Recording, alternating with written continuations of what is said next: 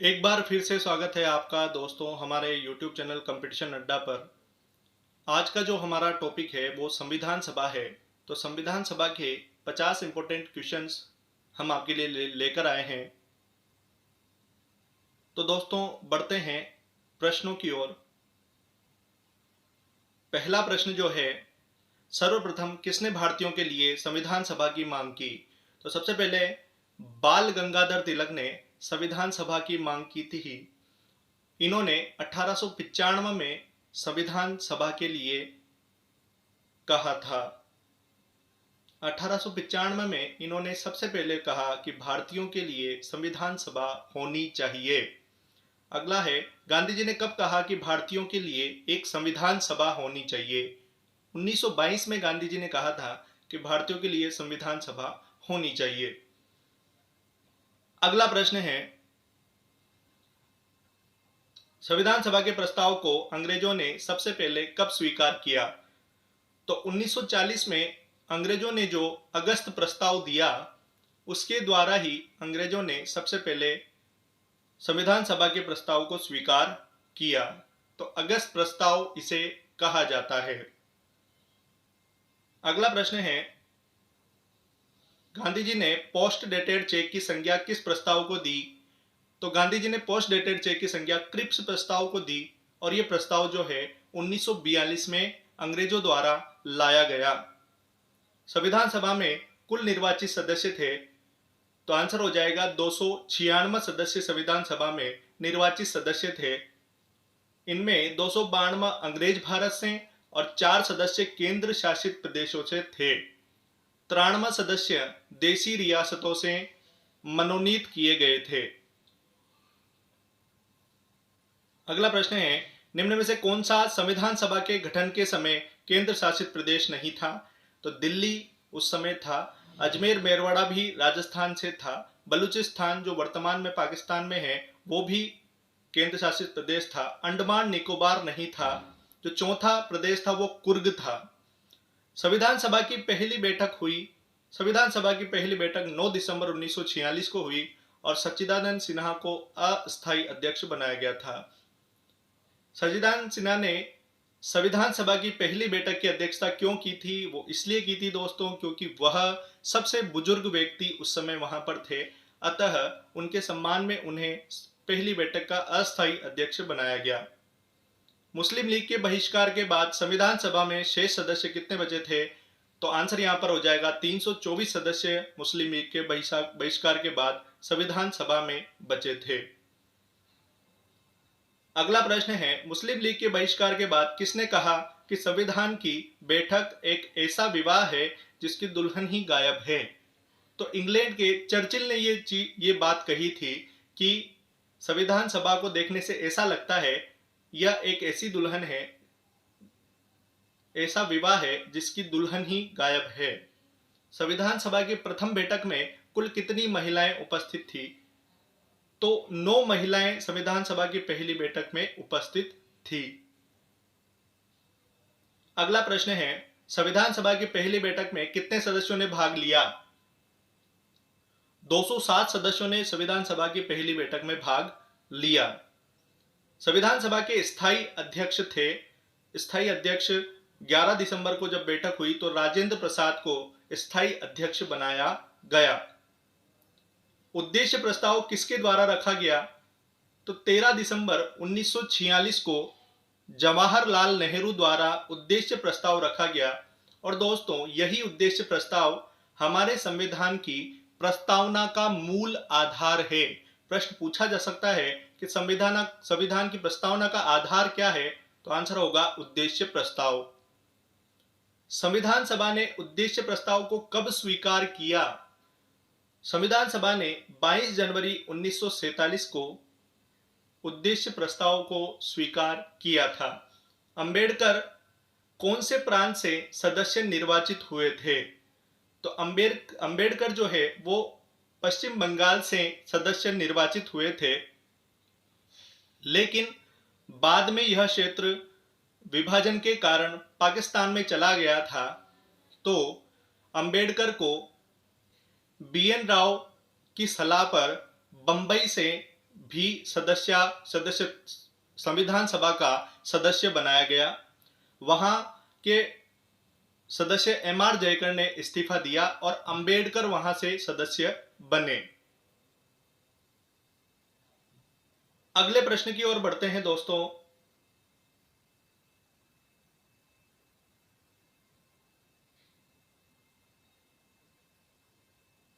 संविधान का प्रारूप किसने तैयार किया?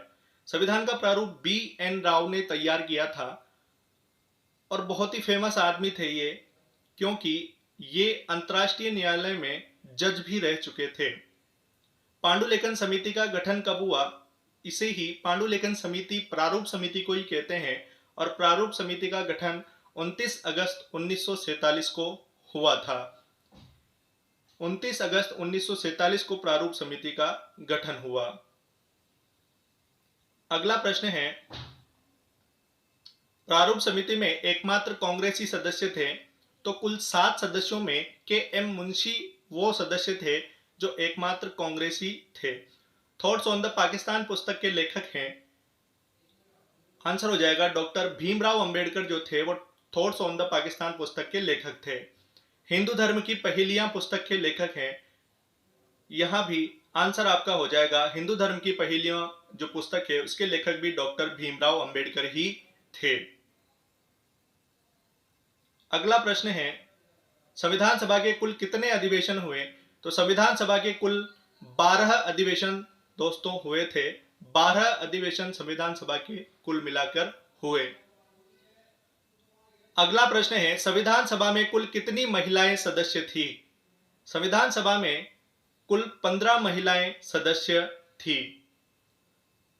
संविधान में राजस्थान से कुल कितने सदस्य थे? तो संविधान में राजस्थान से कुल 15 सदस्य थे। संविधान आंशिक रूप से कब लागू हुआ?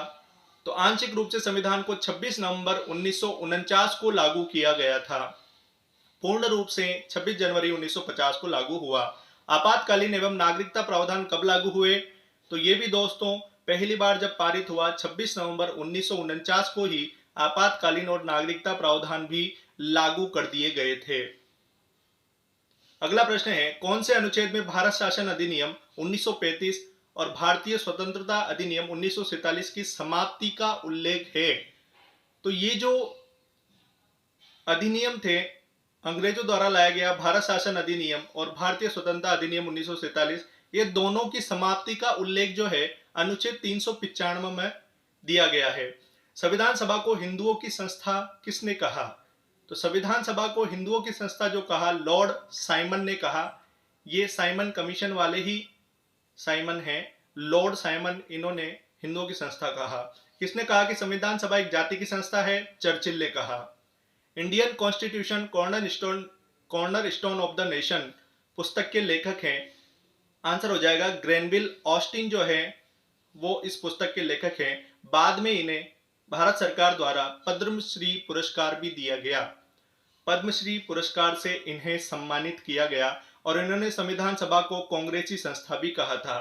अंबेडकर को दक्ष पायलट किसने कहकर संबोधित किया? तो डॉक्टर राजेंद्र प्रसाद ने अंबेडकर को दक्ष पायलट कहकर संबोधित किया।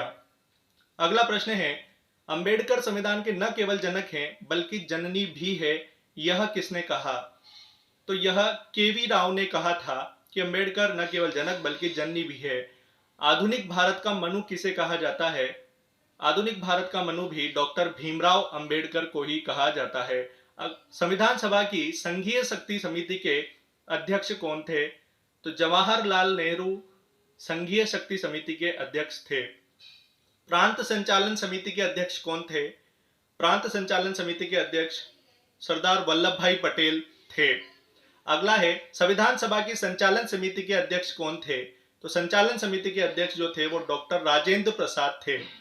संविधान सभा की अंतिम बैठक कब हुई? अंतिम बैठक 24 जनवरी 1950 को हुई थी। संविधान सभा की अंतिम बैठक 24 जनवरी 1950 को हुई। संविधान सभा का प्रथम अधिवेशन दिल्ली में हुआ था।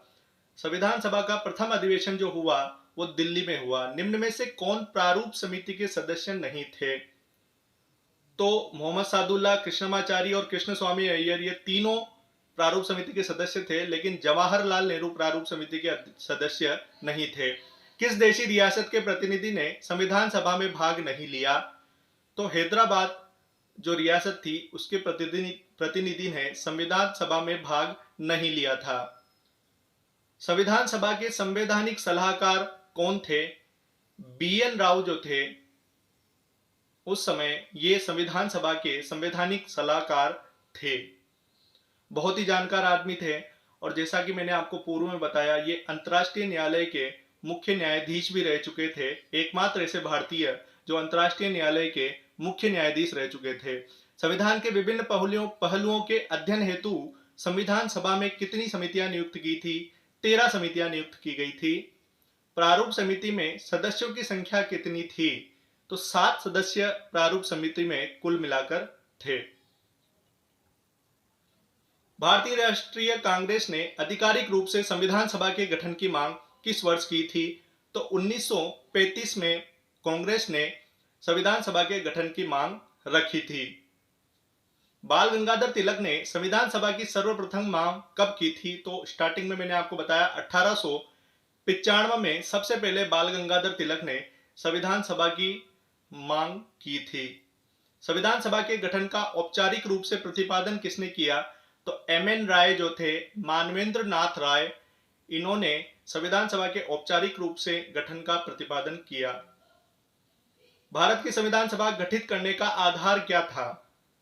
तो कैबिनेट मिशन जो 1946 में आया था, कैबिनेट मंत्री जो यहां पर इंग्लैंड से आए थे, उन्हीं की योजना संविधान सभा की गठित करने का आधार है।